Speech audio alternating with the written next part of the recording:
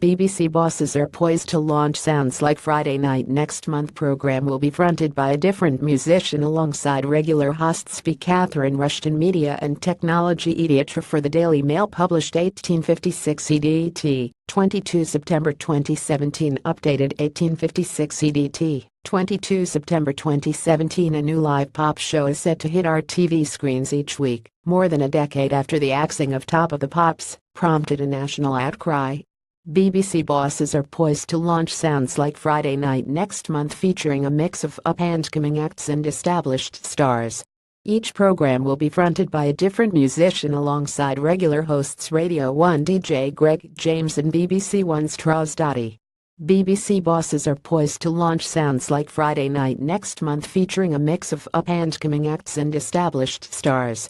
Picture David Bowie on Top of the Pops. Just like its predecessor, the show will broadcast live from the BBC's former headquarters, London's Television Centre. Mr. James said, "We have been missing a primetime music show from our TV screens for far too long, so it's fair to say, being part of Sounds Like Friday Night is something I'm really excited about.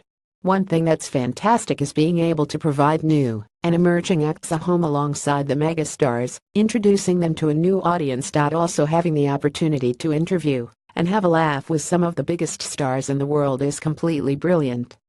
I can't wait to get going." The six-part series will also feature sketches and interviews plus comedy skits performed by Mr. James and that evening's musician-presenter. The series will be made by James Corden's production company Fulwell 73. Top of the Pops was a BBC staple for 42 years, becoming the world's longest-running weekly music show.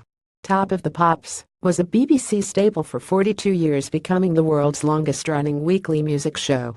Pictured Elton John. It was axed in 2006 amid fears it was losing its relevance in the era of digital downloads.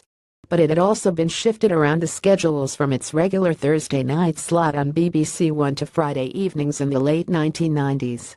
The final nail in the coffin came in 2005, when it was relegated to Sunday evenings on BBC Two. Its demise triggered a public outcry, and Simon Cowell said he wanted to buy the rights to revive the show. The BBC said the rights were not for sale and launched a semi-revival a few years later by rerunning Top of the Pops shows on BBC Four. But it had to drop half of them after the Jimmy Savile scandal, as they featured him as a presenter.